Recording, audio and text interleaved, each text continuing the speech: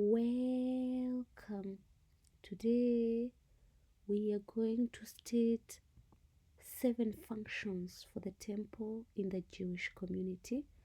Then we identify 6 ways which show that King Solomon turned away from the covenant way of life. Then lastly, we outline how Christians enhance true worship of God today. State 7 functions of the temple in the Jewish community.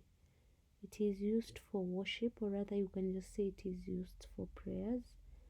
It was the place where the law was taught to children, or rather it was a place where the law was taught to people. Priests burned sacrifices, or rather offered incense in the temple to God. Purification rituals were conducted here. It was a home for priests, or you can just say it was residential for the Levites. Dedication, or rather you can just call it presentation of the babies, were carried out in the temple. It was the business center for the Jews, or rather you can just say it acted as a commercial center. The Jewish council, which is called the Sanhedrin, held their sessions here. That is, it was a place where cases were heard or were determined. Or in basic term, you can just say it was a law court.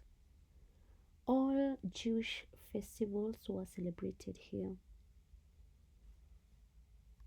Identify 6 ways which show that King Solomon turned away from the covenant way of life. He married foreign wives, or rather you can just say he had concubines. He allowed worship of foreign gods, or he allowed the worship of idols. And he also, you can just say himself worshipped foreign gods. He murdered his half-brother Adonijah, whom he thought would rival his power. He taxed the Israelites heavily for his upkeep.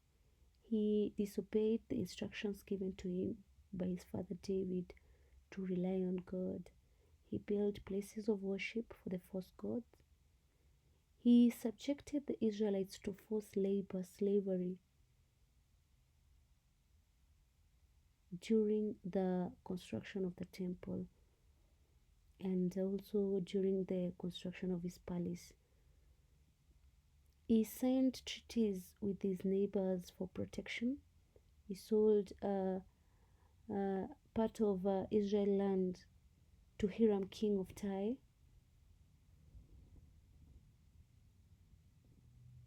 He used more time to build his palace than the temple of God. How can Christians enhance true worship of God today?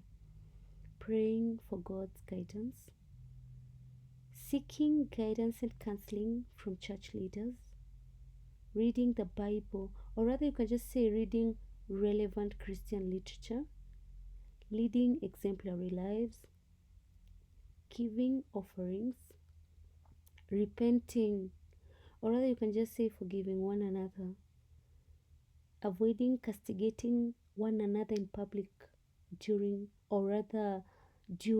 worship, attending Christian conventions, or just in basic term attending seminars or Christian conferences, but they have to be Christians, that is. Providing theological training for the clergy, that is, you provide theological training to church leaders. Did you understand? Kindly let me know in the comment section below and what video you can have a look at tomorrow. Thanks a lot for subscribing and listening to me. God bless you.